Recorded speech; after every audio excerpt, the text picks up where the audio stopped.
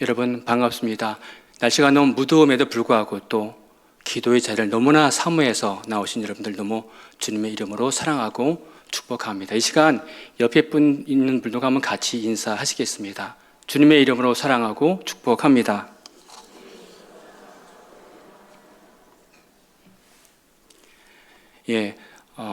오늘은 설교 제목만 길었지 설교 내용 그렇게 길지는 않습니다. 저번에 내가 길게 해가지고 지혜로운 설교자는 30분 이내에 끝나는 걸 이제 깨달았으니까 오늘은 제가 지혜로운 설교자가 되겠습니다. 2차 대전이 한창이던 1943년 가을 어느 날이었습니다. 공연을 몇 시간 앞두고 뉴욕 필하모닉의 세계적인 지휘자 브루노 발트라는 지휘자가 갑자기 몸이 아파서 지휘를 할 수 없게 된 상황이 발생했습니다. 그렇다고 공연을 취소할 수는 없었습니다. 그래서 뉴욕 필은 중대한 결정을 내리게 됩니다. 그것은 이제 갓 입단한 25살의 부지휘자에게 지휘봉을 넘기는 일이었습니다. 그런데 이 복장도 제대로 갖추지 못하던 이 무명의 지휘자가 놀라운 기량을 선보였고 청중은 폭발적으로 반응했습니다. 콘서트가 전국에 반영되었고 비평가들마다 열망하면서 새로운 천재가 나타났음을 알렸습니다. 대타로 나왔다가 일약 스타가 된 지휘자가 바로 20세기 최고의 지휘자 중 한 사람인 바로 레너드 번스타인이라는 지휘자입니다. 또 한 사람이 있습니다. 잘생겼습니다. 보시는 것처럼 잘생겼는데 너무 잘생겼습니다. 그래서 대통령이 되었습니다. 바로 미국의 29대 대통령 워렌 하딩이라는 사람입니다. 오하이오주에 있는 한 신문사의 편집장이 그가 상원 의원이 되기 일주일 전 그를 본 모습을 이렇게 잘 표현하고 있습니다. 하딩은 어딜 보나 눈길을 끄는 인물이었다. 35으로 보여지는 그는 머리, 어깨, 체격 등 모든 이들의 시선을 잡기에 딱 좋았다. 비율 하나하나가 실로 잘 생겼다는 것 이상의 표현을 듣는 것이 당연했다. 사람들은 그를 로마인으로 불렀다. 신의 은총을 받은 신체와 남자다운 인상, 경쾌한 걸음걸이, 꼿꼿한 자세, 편안한 고동이 더해졌다. 장대하면서도 유연한 골격, 광채나는 큼직하고 시원스러운 눈, 선명한 구릿빛 얼굴은 잘생긴 인디언 같은 풍모를 풍겼다. 다른 손님에게 자리를 양보할 때의 그 정중함은 모든 인류를 향한 진실한 우정의 표현처럼 느껴졌다. 그의 외모에서 나오는 풍채는 모든 이들에게 호감과 관심을 받기에 충분했다. 얼굴만 잘생긴 게 아니라 그 사람 자체에서 품위가 풍겨져 나왔다라고 그렇게 표현하고 있습니다. 한 번은 어떤 연회장에서 누군가 나지막하게 소리쳤습니다. 저 자식 한번 봐봐. 꼭 상원 의원처럼 생겼잖아? 그리고 그는 상원 의원이 되었어요. 그리고 만나는 정치인마다 그를 대통령 후보로 보았고 그는 대통령처럼 생겨서 대통령이 되었습니다. 하지만 그는 2년 동안 대통령직을 수행하다가 돌연사했습니다. 대부분의 역사가들은 이야기합니다. 그는 미국의 최악의 대통령 중 한 사람이었다라고 말합니다. 이 두 사람의 사례가 우리들에게 보여주는 것은 무엇일까요? 그것은 단 하나죠. 준비되었느냐 아니면 준비되어 있지 않느냐라는 것입니다. 우리들은 보통 세상의 어떤 직분들을 포지션으로 보기 쉽습니다. 직책, 지위. 그러나 중요한 것은 그 안에 어떤 사람이 들어가 그 일을 감당하느냐에 따라 다르다는 것이죠. 하나님은 우리가 이 땅을 살아갈 때 기회를 주십니다. 그런데 그 기회라는 것이 바로 준비된 자에게 자신의 것으로 돌아올 수 있는 것이죠. 하나님이 쓰시고 싶지만 준비되어 있지 않다고 하면 결코 그 기회가 자신의 것으로 돌아올 수 없거니와 하나님께 쓰임받을 수 없다는 것을 우리에게 알려주고 있습니다. 블링크라는 말이 있습니다. 원래 단어의 뜻은 눈을 깜빡이다라는 뜻의 윙크란 의미를 갖고 있지만 좀 더 폭넓게 이야기하면 상대방을 꿰뚫어보고 순간적인 상황에 따라 판단을 내리는 첫 2초의 힘을 이야기합니다. 바로 직관과 통찰력을 이야기합니다. 이것은 수많은 훈련의 반복, 그리고 많은 경험을 통해서만 얻을 수 있는 전문가의 영역이라고 할 수 있습니다. 저는 오늘 본문을 통해서 바로 이러한 전문가적인 시각, 그러한 시각으로 자신에게 닥친 수많은 위험과 어려움이 있음에도 불구하고 이러한 것들을 오히려 하나님의 살아계심을 나타내는 기회로 삼았던 바로 그 준비된 다니엘의 모습을 한번 같이 살펴보고자 합니다. 다니엘은 꿈 많은 소년이었습니다. 그에게 예루살렘에서의 찬란한 미래가 보장이 되어 있었습니다. 왕족이거나 귀족, 또한 저명한 가문의 출신이었고 흠이 없는 사람이었습니다. 1장 4절에서는 이것을 잘 설명해 주고 있습니다. 곧 흠이 없고 용모가 아름다우며 모든 지혜를 통찰하며 지식에 통달하며 학문에 익숙하여라고 말하고 있는 것을 보면 그는 진정한 유다 땅 베들레헴의 뛰어난 엘리트였습니다. 그러한 그가 남유다의 멸망과 동시에 다른 귀족, 다른 왕족들과 함께 제일 처음으로 바벨론의 포로로 끌려갔습니다. 성경에는 그가 결혼을 했거나 또는 가정을 가졌다는 기록은 없습니다. 그 먼 이국 땅에서 그 오랜 기간 동안 포로로 살아갈 때 어쩌면 다른 이들보다 인간적으로 더 어려운 생활을 했다는 것을 우리가 짐작할 수 있습니다. 본문의 사건이 나올 당시 이 다니엘의 나이는 80대의 그러한 백발의 노인이었습니다. 총리직을 66년간이나 담당하면서 포로 출신임에도 불구하고 그는 자신이 맡은 일을 정말 성실하고 충실하게 잘 감당했습니다. 많은 일들을 했죠. 수많은 어려운 결정들을 총리로서 감당해야 했고 그러한 수많은 결정들 속에는 바로 2초간의 짧은 직관과 통찰력을 겸비한 그런 결정들이 필요했습니다. 비록 이방의 왕을 위한 일이었지만 그는 부지런했고 존경받을 만했습니다. 더욱 중요한 것은 그의 신앙이 결코 타협하는 신앙이 아니었다라는 것입니다. 죽음의 위험 앞에서 그는 결코 포기하지 않았습니다. 다니엘서는 다니엘을 통해서 우리와 신앙이 다르거나 또는 우리 신앙을 존중하지 않는 사람들과 어떻게 살아가야 되는지, 또한 우리가 그들을 어떻게 섬겨야 하는지에 대한 소중한 모델을 제시하고 있습니다. 따라서 2600년 전에 앞서 살아간 다니엘의 모습은 날마다 시시각각으로 급변하고 있는 이 세대를 살아가는 우리들에게 준비된 사람으로서 하나님의 일을 어떻게 잘 감당해야 하는지 그런 귀한 교훈을 해주고 있습니다. 그렇다면 본문에 드러난 다니엘은 어떤 사람입니까? 첫째, 탁월한 영적 리더십을 소유한 사람이었습니다. 본문 3절을 보면 다니엘은 마음이 민첩하여 총리들과 고관들 위에 뛰어남으로라고 말씀하고 있는데 여기서 마음이 민첩하다라는 뜻을 킹 제임스 버전에서는 뛰어난 영을 가진 사람으로 표현하고 있습니다.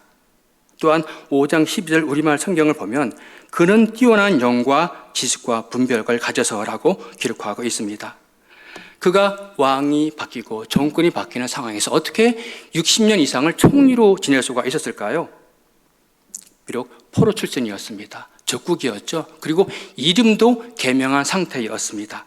하지만 그의 하나 놓지 않는 것은 뭐냐면 정체성, 이것을 꼭 붙잡고 있었습니다. 이것을 통해 귀한 영향력을 행사함으로 인해 그 시대의 많은 사람들에게 존경을 받았고 또 인정을 받았다고 생각합니다.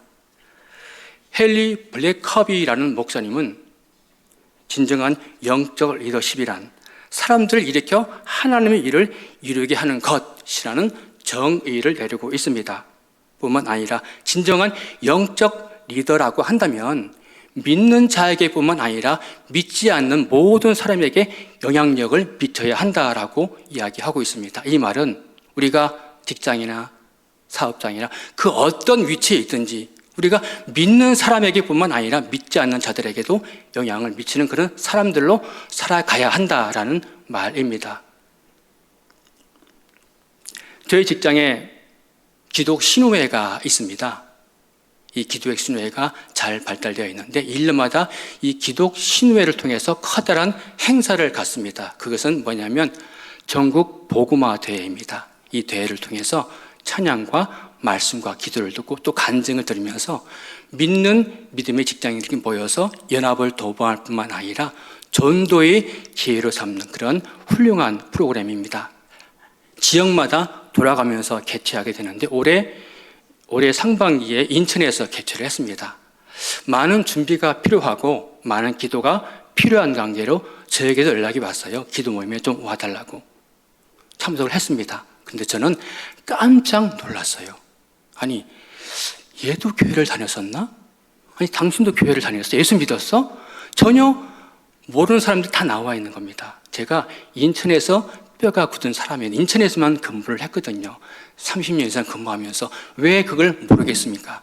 물론 행사준비위원장이 인사권자이니까 명령하면 나올 수 있겠지만 그래도 단톡방이 개설되었습니다. 들어가 보고 한 번 더 놀랐습니다. 아니, 너도 예수 믿었니? 아니, 너도 교회 다녔어? 정말 상상 외웠어요. 무엇을 말하는 걸까요? 우리는 세상 속에 살아갈 때 자신을 나타내기를 싫어합니다. 드러내기를 싫어한다는 거죠. 바로 커밍아웃을 두려워하는 것이 바로 우리 믿는 자들의 모습입니다. 그러나 다니엘은 어떻습니까?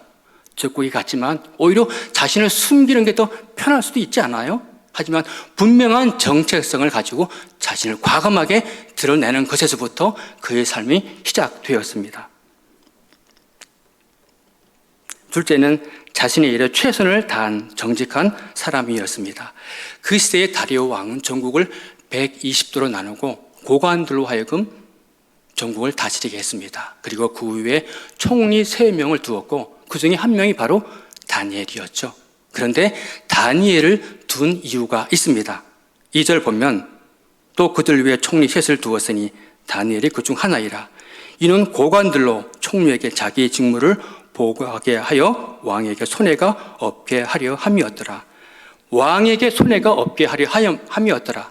이 말을 바꿔 말하면 다른 많은 공무원들은 왕에게 손해를 끼쳤다는 이야기죠. 그러나 다니엘은 그 어느 것 하나 손해를 끼치지 않았습니다. 이 이익을 끼치면 끼쳤지 결코 왕에게 손해가 되는 일을 하지 않았죠. 다리오 왕은 어쩌면 이 다니엘을 통해서 많은 고관들에게 모델링을 한 거죠. 그래, 너희들 이 다니엘처럼 좀 해봐. 다니엘처럼 좀 정직하게 일을 해봐. 라고 말입니다. 세상에 털어서 먼지 안 나는 사람이 어디 있습니까? 그러나 다니엘은 탈탈 털어도 먼지 하나 나지 않는 사람이었습니다.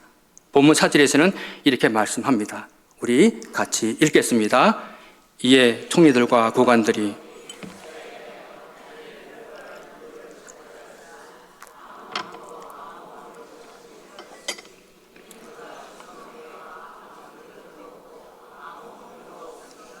아멘. 예전에 대학의 학생 모집 방법 중에 자기 추천제라고 하는 것이 있었습니다. 이 자기 추천제라는 것은 자신의 브랜드 가치로 자기 스스로 대학의 학생 모집에 응원하는 것을 말합니다. 예전에 후에 유명 개구 의원이 되고 또 굴지의 기업 회장이 된 분들이 이 성균관 대학교에서 모집한 자기 추천제에 응시해서 붙었다라는 것이 신문에 난 적이 있습니다. 많은 사람들 앞에서 자신을 추천해도 될 만큼의 탁월함과 영향력이 있다고 한다면 이것은 진정한 브랜드 파워를 가진 사람이라고 할 수 있습니다. 다니엘은 진정한 브랜드 파워를 가진 하나님의 사람이었습니다. 오늘 우리도 크리스찬이라는 그러한 네임을 가지고 살아갑니다. 중요한 것은 과연 우리가 그 이름에 걸맞는 탁월함과 존귀함이 우리들에게 있는가 하는 것이죠. 한번 돌아보고 우리 자신을 살펴야 합니다. 직장을 다니든지 또 사업을 하든지 간에 이 브랜드 파워는 일터에서 동료들에게 분명하게 드러납니다. 우리는 세상에서도 그렇게 인정받아야 합니다. 우리 무대가 교회, 또 교회를 다니는 성도들에게만은 아니지 않습니까? 오히려 믿지 않는 사람들과 살아가는 이 세상 속에서 빛을 발휘해야 합니다. 그런데 우리는 여기가 좁사오리라는 신앙에 머무르기가 쉽습니다. 이것이 무슨 말입니까? 변화산에서 변화된 예수님의 모습을 보고 베드로 사람 너무 좋았습니다. 예수님, 여기서 초막셋을 지읍시다. 하나는 주님을 위하여, 하나는 모세를 위하여, 하나는 엘리야를 외치고 그냥 여기서 살자는 것. 바로 그것이 베드로의 이야기가 아니었습니까? 하지만 우리가 향해야 할 곳은 거룩한 부담감을 갖고 나아가야 할 세상임을 우리는 기억해야 합니다. 셋째, 다니엘은 기도의 습관을 가진 사람이었습니다. 우리 본문 10절 같이 읽겠습니다. 시작. 다니엘이 조수에 왕의 도장이 찍힌 것을 알고도 자기 집에 돌아가서는 윗방에 올라가 예루살렘으로 향한 창문을 열고 전에 하던 대로 3번씩 무릎을 꿇고 기도하며 그의 하나님께 감사하였더라. 아멘. 여러분, 다니엘은 자기를 죽이려고 하는 세력들의 음모를 알고 있지 않았을까요? 60년 이상을 총리를 근무했습니다. 나름대로 라인, 인맥들 다 심어놨을 수 있을 거고 이들을 활용할 수도 있었습니다. 그리고 이 사건의 전모에 있는 그 부당한 의도를 왕에게 고할 수도 있었습니다.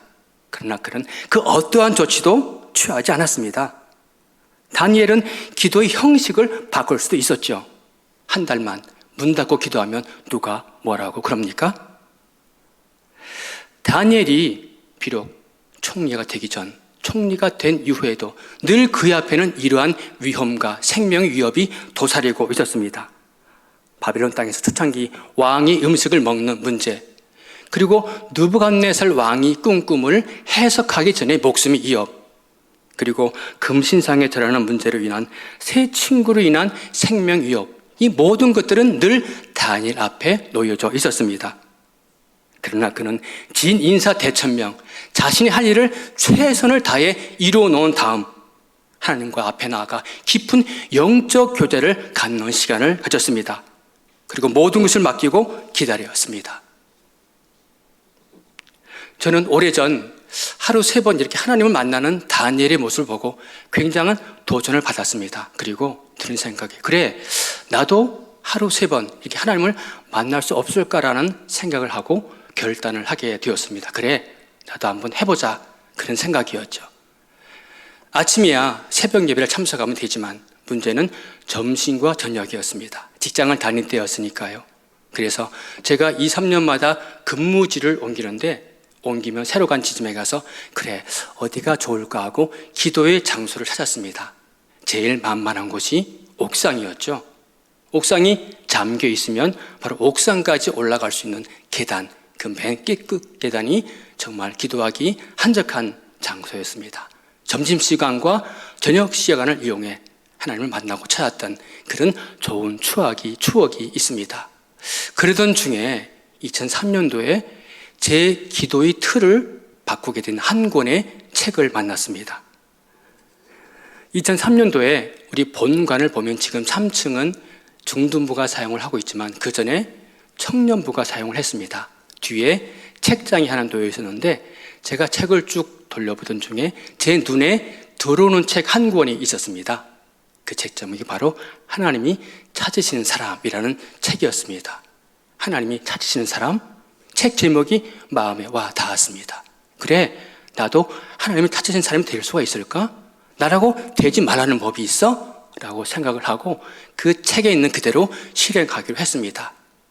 그 책의 내용은 바로 예수 전도단의 홍성건 목사님이 지으신 책이었는데 중보 기도에 관한 책이었습니다. 그 책을 옮겨 적으면서 기도에 관한 성구, 기도에 관한 내용, 기도의 제목을 옮겨 적고 그대로 따라 실행하게 되었습니다. 1달, 2달, 6개월, 1년, 2년. 시간이 갈수록 저는 전에 경험하지 못했던 놀라운 하나님의 임재, 그 절절한 하나님의 마음을 저는 그 기도 제목을 통해서 느낄 수가 있었습니다.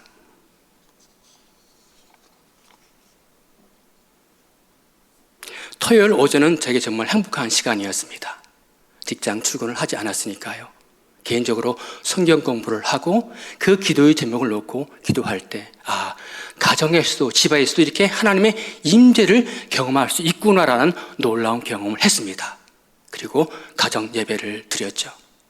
그러던 중에 신문을 보게 되었습니다.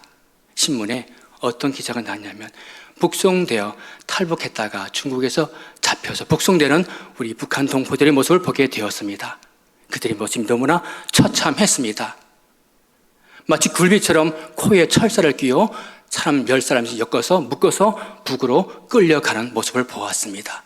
저는 그 모습을 보고 너무나 가슴이 아팠고 하나님께서 제 안에 상한 마음을 주시는 것을 깨달았습니다. 뿐만 아니라 정치봉 수용소에서 죽어가는 그들의 모습, 그리고 먹을 것이 없어서 오히려 중국에 팔려간 아내를 부러워하는 남편의 모습, 자유를 찾아 떠들면서 몽골의 사막 한가운데서, 그리고 엄동소라는 그 강 한가운데서 뜨거운 밀림의 정글 속에서 헤매고 있는 그들의 모습을 보며 기도하지 않을 수가 없었습니다. 뿐만 아니라 이 땅에 내려와 자유를 찾았지만 수많은 가족을 잃고 안타까움과 가족을 그리워하는 마음으로 고통 가운데 살아가고 있는 3만 5천 명의 탈북 동포들, 저는 그들을 위해서 기도하면서 하나님의 절절한 마음을 다시 한번 느낄 수 있습니다. 때로는 하나님께 따져 묻기도 했습니다. 하나님, 이스라엘 백성들은 70년 만에 자신의 고향으로 돌아갔습니다. 그러나 이 백성들은 왜 그냥 내버려 두시는 건가요? 이 백성들은 하나님의 백성들이 아닙니까? 라고 따져 묻기도 했습니다. 그때 하나님께서는 제게 이사야 46장 3절과 4절의 말씀을 통해서 응답을 주셨습니다. 야곱의 집이여, 이스라엘 집의 모든 남은 자여, 내게 들을지어다. 배에서 태어남으로부터 내게 안겼고 태에서 남으로부터 내게 업힌 너희여, 너희가 노년에 이르기까지 내가 그리하겠고 백발이 되기까지 내가 너희를 품을 것이라. 내가 지었은즉 내가 업을 것이요 내가 품고 구하여 내리라. 저는 이 말씀을 붙들고 다시 한번 울 수밖에 없었습니다. 그러나 저는 제 모습을 지금 돌아본다고 한다면 너무나 부끄러웠습니다. 그래, 너는 지금 그렇게 하나님을 열망하며 찾고 있니?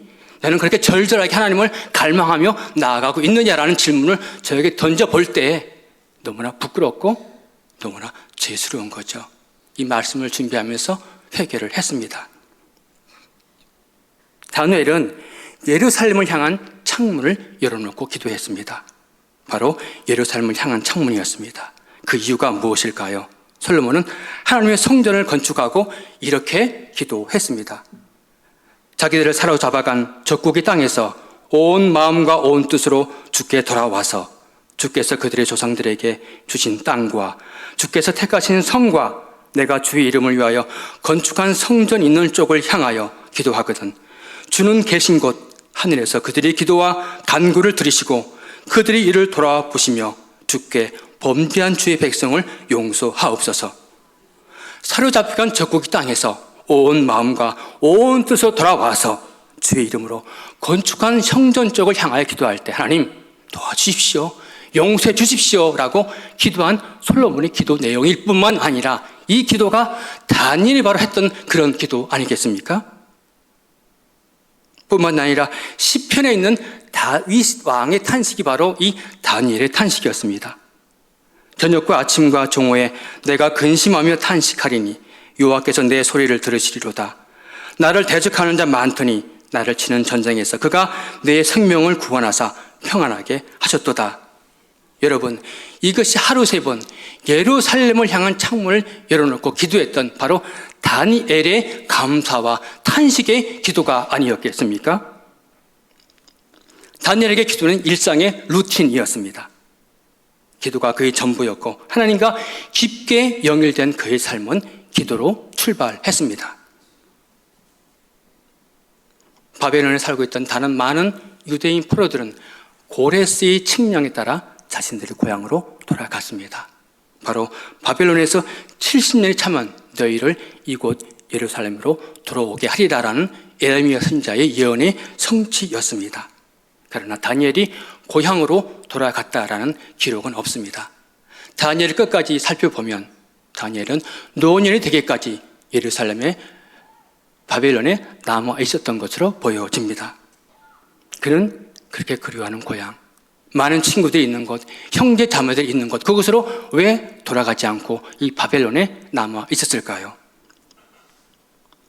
다니엘서 2장을 보면 느부갓네살 왕이 꾼 꿈을 하나님께서 다니엘에게 은밀한 중에 보여주시고 알려주시는 장면이 나옵니다. 바로 큰 신상의 모습이었습니다. 우상의 머리는 순금이었고 가슴과 두 팔은 은이었고 배와 넙죽살이는 놀이였고 종아리는 쇠였고 발은 쇠와 진흙으로 이루어진 것이었습니다. 그런데 손대지 아니한 돌이 날아와서 그 신상을 산산이 부숴버렸고 마치 여름 타작 마당의 겨와 같이 바람에 날려 흔적도 없이 사라지는 모습이었습니다. 무슨 의미입니까? 바로 바벨론 제국으로부터 시작하여 메데와 바사, 헬라 제국과 로마 제국 그리고 그 이유를 가리키는 이 땅 위대한 제국의 흥망성쇠를 나타내는 말씀이 아닙니까?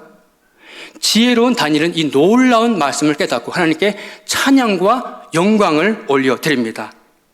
영원부터 영원까지 하나님을 찬송할 것은 지혜와 능력이 그에게 있음이로다. 그런 때와 계절을 바꾸시며 왕들을 폐하시고 왕들을 세우시며 지혜자에게 지혜를 주시고 총명한 자에게 지식을 주시는 도다. 그는 깨닫고 경험합니다. 아무리 거대한 제국의 왕이라 하더라도 그것이 하나님 앞에 얼마나 무력하고 허무한 것인지를 말이죠. 다니엘은 비록 적국의 땅에 살고 있었지만 그곳에서 하나님이 자신에게 주신 분명한 소명이 있다는 것을 깨닫게 됩니다. 바로 하나님의 살아계신 그 증거가 자신을 통하여 나타나는 것을 그의 눈으로 보았기 때문입니다. 그것이 무엇입니까? 다니엘을 통해 신상의 꿈을 해석받은 느부갓네살 왕은 자신의 입으로 고백합니다. 너희 하나님은 참으로 모든 신들 중에 신이시여 모든 왕의 주제로다. 뿐만 아니라 사자굴 속에서 풀무불 속에서 살아난 다니엘의 세 친구의 모습을 보고 그 왕은 선포합니다. 사드락과 메삭과 아벳느고 하나님께 경솔히 말하거든 그 몸을 쪼개고 그 집을 거름투로 삼을지니 이는 이같이 사람을 구원할 다른 신이 없느니라 라고 말입니다. 사자굴 속에 살아 돌아온 다니엘을 보고 다리오 왕은 조서를 내리며 선포합니다. 내 나라 관할 아래에 있는 사람들은 다 다니엘의 하나님 앞에 떨며 두려워할지니 그는 살아계신 하나님이요 영원히 변하지 않으실 이시며 그 나라는 멸망하지 않으실 것이요 그의 권세는 무궁할 것이며. 여러분, 제사장의 고백이 아니었습니다. 어느 선지자의 고백이 아니었습니다. 바로 하나님을 알지 못하는 이방 신들을 섬기는 바로 그 왕들의 입술을 통한 하나님의 살아계심에 대한 증거여 입술의 고백이었던 것입니다. 여러분 꼭 기억하십시오. 기도로 준비된 소명자의 삶에는 반드시 이 세상이 반응하도록 되어 있다는 사실을 믿으시기 바랍니다.